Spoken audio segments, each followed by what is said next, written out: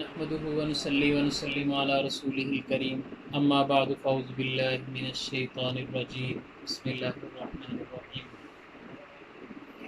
قال النبي صلى الله عليه وسلم طوبى لمن وجد في صحيفته استغفارا كثيرا او كما قال عليه الصلاة والسلام۔ السلام علیکم ورحمۃ اللہ وبرکاتہ۔ میرے نہایت ہی واجب الاحترام دوستوں، بزرگوں اور بھائیوں، آپ کے سامنے میں نے حضور اکرم صلی اللہ علیہ وسلم کی ایک حدیث تلاوت فرمائی ہے۔ اس حدیث پاک کے اندر رسول اکرم صلی اللہ علیہ وسلم ارشاد فرما رہے ہیں کہ خوشخبری ہے اس آدمی کے لیے جس کے نامہ اعمال میں قیامت کے دن استغفار کی کثرت ہو، اور اللہ رب العزت نے اپنی مقدس لا ریب کتاب کے اندر ارشاد فرمایا استغفروا ربکم انہ کان غفارا۔ تو استغفار جو ہے یہ بہت بڑا وظیفہ ہے۔ حضرت حسن رضی اللہ تعالی عنہ کے پاس ایک آدمی آتا ہے اور آ کر کہتا ہے کہ حضرت جی بہت بڑا گناہ گار آدمی ہوں۔ آپ رضی اللہ تعالی عنہ نے فرمایا کہ استغفار کیا کرو۔ ایک آدمی آتا ہے کہ حضرت جی بارشیں نہیں ہو رہی، آپ نے فرمایا استغفار کیا کرو۔ تیسرا آدمی آتا ہے کہ غریب آدمی ہوں، مال و دولت نہیں ہے، غربت ہے، فاقے ہیں، آپ رضی اللہ تعالی عنہ نے فرمایا کہ استغفار کیا کرو۔ چوتھا آدمی آتا ہے اور آ کر کہتا ہے کہ حضرت جی بیٹیاں ہی بیٹیاں ہیں میرے پاس، کوئی بیٹا نہیں ہے، تو آپ رضی اللہ تعالی عنہ نے فرمایا کہ استغفار کیا کرو۔ ایک آدمی آتا ہے، اس کے بعد پانچواں آدمی آتا ہے اور آ کر عرض کرتا ہے کہ حضرت جی باغات ہیں میرے لیکن پھل اچھا نہیں ہے، کوئی عمل بتا دیں۔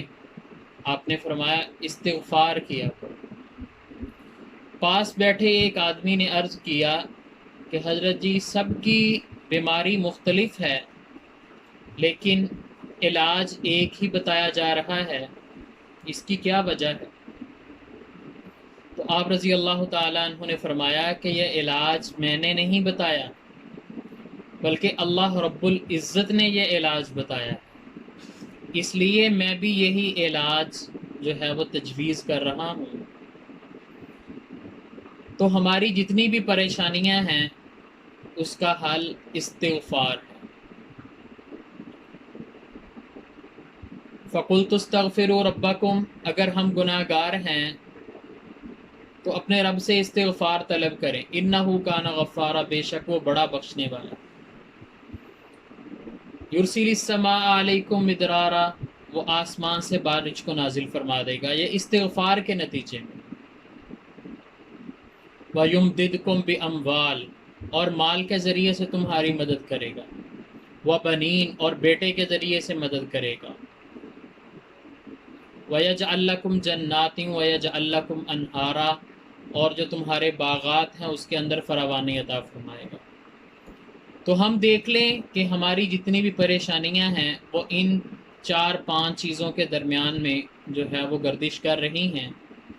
کسی کو گناہوں کی پریشانی ہے، کسی کو مال کی پریشانی ہے، کسی کو اولاد نہ ہونے کی پریشانی ہے، کسی کو بیٹا نہ ہونے کی پریشانی ہے، کسی کو بارشیں نہ ہونے کی پریشانی ہے۔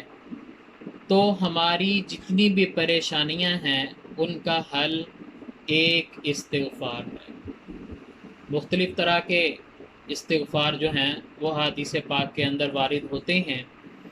استغفر اللہ الذی لا الہ الا هو الحی القیوم واتوب الیہ، استغفر اللہ ربی من کل ذنب واتوب الیہ، استغفر اللہ استغفر اللہ استغفر اللہ۔ یہ مختلف طرح کے استغفار ہیں ان میں سے ہم کوئی بھی پڑھ لیں تو استغفار کی کثرت اس کو اپنا معمول بنائیں۔ اب قلت اور کثرت کا معیار کیا ہے؟ 1200 سے کم اگر ہم پڑھتے ہیں ایک دن کے اندر تو وہ استغفار کی قلت ہے۔ اگر 1200 سے ہماری تعداد بڑھ جاتی ہے تو وہ استغفار کی کثرت ہے۔ ہم کام پہ جاتے ہیں تو جاتے ہوئے راستے کے اندر جو ہے استغفار پڑھتے ہوئے جائیں۔ اس کے لیے پاکی شرط نہیں ہے، آپ وضو کی حالت میں ہیں یا بغیر وضو کے ہیں، ہر حال کے اندر آپ استغفار پڑھ سکتے ہیں۔ حضرت پیران پیر شیخ عبد القادر جیلانی رحمۃ اللہ علیہ فرماتے ہیں کہ جس آدمی کو استغفار کے بارے میں پتہ ہے اور پھر وہ اپنی پریشانیوں کا رونا رو رہا ہے تو فرمایا کہ اس سے بڑا کذاب آدمی کوئی نہیں ہو سکتا۔ تو اس لیے ہمیں چاہیے ہمارے جتنے بھی مسائل و پریشانیاں ہیں ان کے حل کے لیے اللہ رب العزت سے استغفار طلب کریں، معافی طلب کریں۔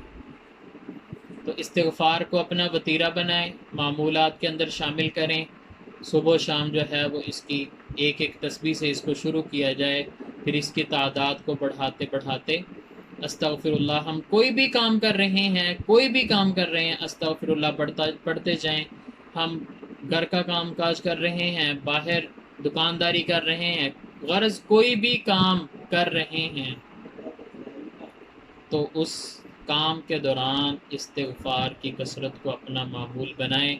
اللہ رب العزت سے دعا ہے کہ اللہ تعالی ہماری تمام طرح کی پریشانیوں کو دور فرمائے اور ہمیں استغفار کی کثرت کرنے کی توفیق عطا فرمائے۔ وآخر دعوانا ان الحمد للہ رب العالمین۔ اگر ہماری ویڈیو آپ کو اچھی لگی ہے تو پلیز ہمارے چینل کو سبسکرائب کریں۔ آپ کا بہت بہت شکریہ۔